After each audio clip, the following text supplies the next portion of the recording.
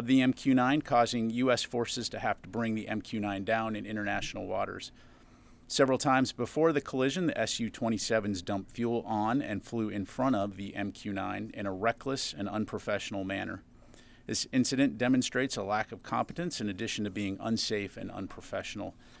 U.S. Air Forces in Europe, Air Forces Africa routinely fly aircraft throughout Europe over sovereign territory and throughout international airspace in coordination with applicable host nation and international laws. In order to bolster collective European defense and security, these missions support allied, partner, and U.S. national objectives. As the U.S. Air Forces in Europe, Air Forces Africa commander emphasized in European command statement, quote, U.S. and allied aircraft will continue to operate in international airspace, and we call on the Russians to conduct themselves professionally and safely. In separate news, Secretary Austin concluded a successful visit to the Middle East region last week, where he met with leaders in Jordan, Iraq, Egypt, and Israel. The week-long trip served to deepen defense partnerships and enable the exchange of views on shared regional and global security challenges. Specific topics of discussion included ongoing coalition-led defeat ISIS operations in Iraq and Syria, the concerning range of threats posed by Iran, including its destabilizing regional activities and provision of unmanned aerial systems to Russia for use in their unprovoked war against Ukraine, and implementing commitments made by Israeli and Palestinian senior officials in Aqaba, Jordan, and the importance of de-escalating violence and restoring calm in the West Bank. The Secretary also had the opportunity to talk to a number of U.S. service members currently serving in the U.S. Central Command area of responsibility, and thank them and their families for their commitment to mission service and safeguarding our nation. And finally, Secretary Austin and Chairman of the Joint Chiefs of Staff, General Milley, will host the 10th meeting of the Ukraine Defense Contact Group tomorrow. The meeting will be hosted virtually here in the Pentagon and will allow for the Secretary, the Chairman, and senior defense leaders from around the world to discuss ongoing efforts to provide Ukraine with the means and resources it needs to defend itself from Russian aggression. Additional information on tomorrow's meeting will be forthcoming. And with that, I will take your questions. We'll start with Reuters. Phil. Has the Secretary or anyone else in the U.S. military reached out to his Russian counterpart or anyone else's counterparts from Russia? And regarding the MQ-9, what can you detail a little bit more what its mission was and where it was being piloted from? Thanks. Yeah, sure. So in terms of Secretary Austin talking to his counterpart, not at this time, to my knowledge, DoD officials have not spoken specifically to Russian authorities on this particular incident. I do know that the State Department is raising our concerns about the incident directly with the Russian government, so I'd refer you to them for details on that. In terms of the mission of the MQ-9, as I mentioned, it's an ISR platform. These aircraft have been flying over the Black Sea region for some time, to include before the current conflict started. It is an important and busy international waterway, and so it is not an uncommon mission for us to be flying in international airspace. And so what kind of precautions are you be taking going forward? Are you going to have armed accompanying aircraft, and was this aircraft armed? So I'm not going to get into the specific profile of this particular aircraft. As you know, the MQ-9 does have the ability to be armed.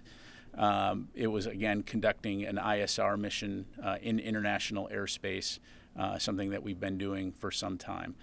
In terms of the types of techniques, and procedures that we take to protect our aircraft, I'm not going to get into the specifics. I think the key point here is that while intercepts in and of themselves are not that uncommon, the fact that this type of behavior from these Russian pilots, that is uncommon and unfortunate and unsafe. And so, again, would echo General Hecker's call on the Russians to continue to fly safely. Thank you. Liz? Thank you, Pat. Thanks. Was this collision itself an accident on Russia's behalf, and is the U.S. responding as such?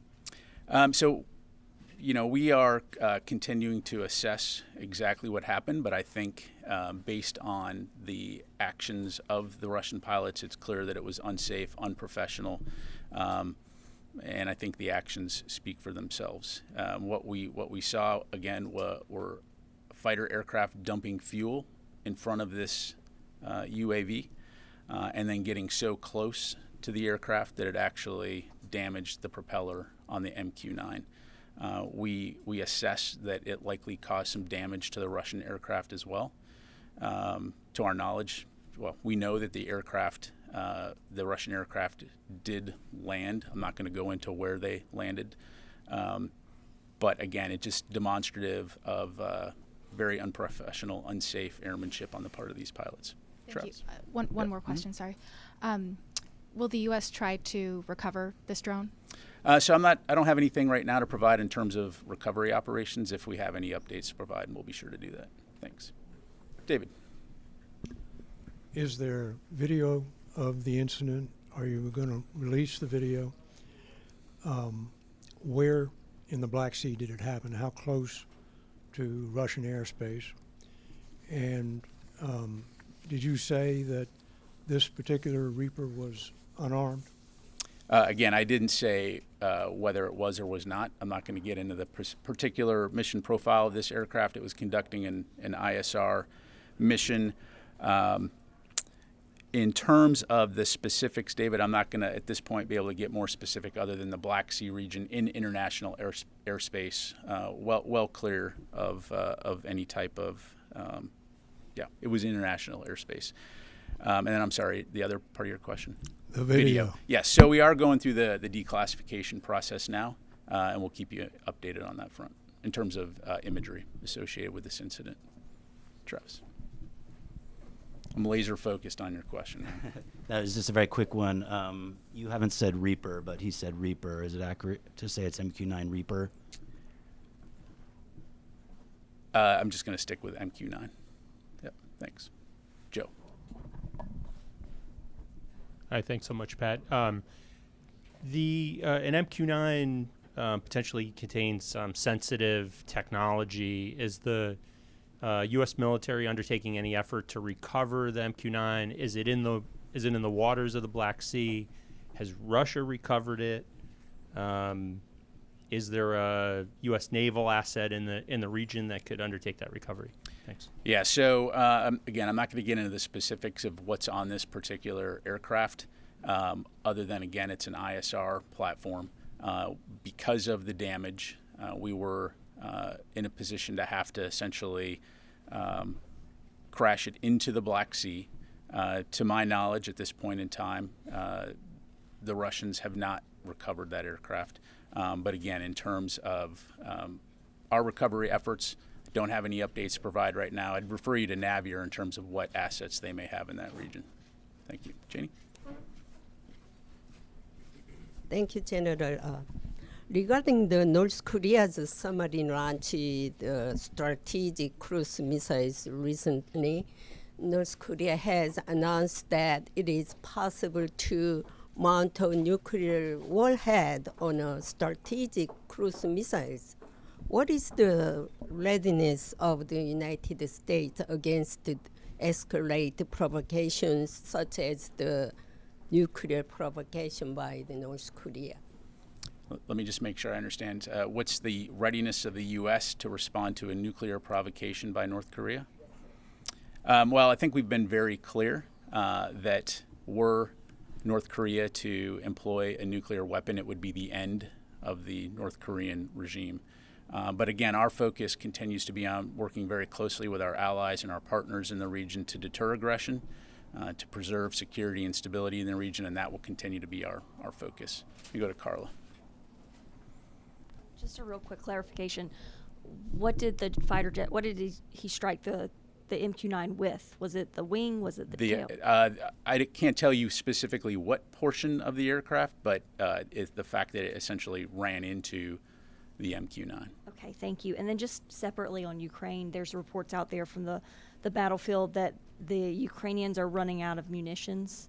They're having shortages. Is that a concern for the Pentagon, and what's the Pentagon doing to alleviate that problem? Yeah, so as we've been doing since the beginning of this campaign, we're continuing to do everything that we can to ensure that we're meeting Ukraine's needs, whether it's ammunition, whether it's air defense, armor. You've heard us talk extensively about that. Tomorrow's discussion, of course, will be another opportunity to bring the international community together to focus on Ukraine's most urgent needs, to include ammunition. And so again, that will continue to be our focus, and you've heard Secretary Austin and others say that we're committed to making sure that they have what they need to be successful. Is there an assessment on why they're running out of ammunition? I'm sorry. Thanks. Is there an assessment that the Pentagon has on why they're running out of ammunition? Is it because they're just expending it too fast? Is it not making it to the battlefield in time? What's your assessment? Yeah, it really is. So I'd have to refer you to the Ukrainians to talk about their specific efforts to supply their individual units. Again, we're working very closely with them and our international partners to get them what they need. And I think it's also important to kind of take a step back and look at the progress that has been made while recognizing the fact that there still is a tough fight ahead, particularly as we go into the spring and summer. And so our focus, again, is going to be working with national armaments directors, with the Ukrainians to get them the ammunition they need and get that to the frontline units as quickly as possible. Let me go back over to this side of the room. Yes, sir. Thank you. Can you guide us through the timeline of the MQ-9 intercept? We have that the aircraft was struck at 7:03 Eastern time, but how long were the Sukhois with the aircraft beforehand? And were there any radio calls between radio communications either from the Russians or from the United States? Yeah, so on the latter part of your question, no, none that I'm aware of.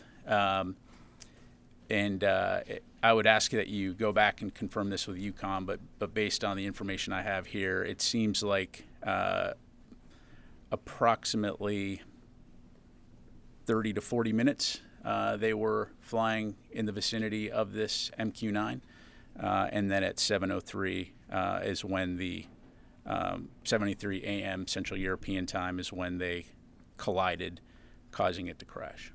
So, Qasim. The U.S. forces has had to bring down the aircraft. Does that mean that United States piloted it to the crash site, or Yes. was it struck by a missile or something? Yeah, we brought it down. Okay. Yep. And then also, is there any U.S. naval assets currently in Black Sea? Again, I'd have to refer you to Navier for any details on particular assets in the region. Thank you. Laura? Thanks. Can you talk a little bit more about the damage to the MQ-9? Was it unflyable, and that's why you had to bring it down? And then can you say a little bit more about how often this kind of thing happens in over the Black Sea, that Russian aircraft harass U.S. drones and other aircraft? Yeah, so I don't have any statistics in front of me in terms of intercepts, but again, as I highlighted, the fact that intercepts of aircraft are not uncommon in and of themselves. It's not obviously a daily occurrence. The vast majority of those intercepts are what we would consider safe and professional, just wanting to see what's there, right? You're flying alongside it to be able to see what's there. In this particular case, though, again, they collided with the aircraft, damaging the propeller, and essentially putting in a situation where it was unflyable and uncontrollable, so we brought it down. Thank you. Time for a few more. We'll go here and then to Fadi. Hi, sir. Thanks. Just wanted to check, just to confirm, any communication with allies such as Turkey about potential recovery of the drone, and is there any concern that Russia could provide the drone to Iran if it recovers it? So that would be a hypothetical. Again, Russia does not have the drone, so that would be a hypothetical question. In terms of working with allies and partners, I don't have anything to announce here, but if and when we do, we'll be sure to let you know. Thank you. Go to Fadi, and then we'll come back over here to the last two. Yep.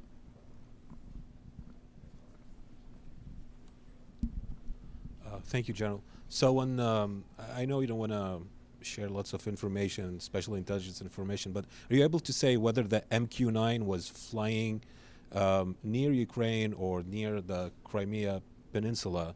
And then I believe you said, if I heard right, that the Russians did not recover the drone. However, have you seen any effort by the Russian Navy to try to recover the drone? Thank you. Yeah. So on your latter question there, Fadi, I'm not going to get into that. In terms of where it was flying, it was well clear of any territory in Ukraine. It was over international airspace, over international water. So, thank you. Nancy. Thank you. During Secretary Austin's visit to Egypt, He held meetings with officials even though all press were banned from covering it. Past defense chiefs, when they've been in a similar situation, have refused to proceed. Given that the Biden administration has said that one of its key pillars in terms of foreign policy is that when presented with a choice between autocrats and democracies, that it stands with democracies, can you help us understand why the Secretary decided to proceed with those trips given the ban, and should we expect that going forward? Thank you. Thank you. So our relationship with Egypt is obviously a very important strategic partnership.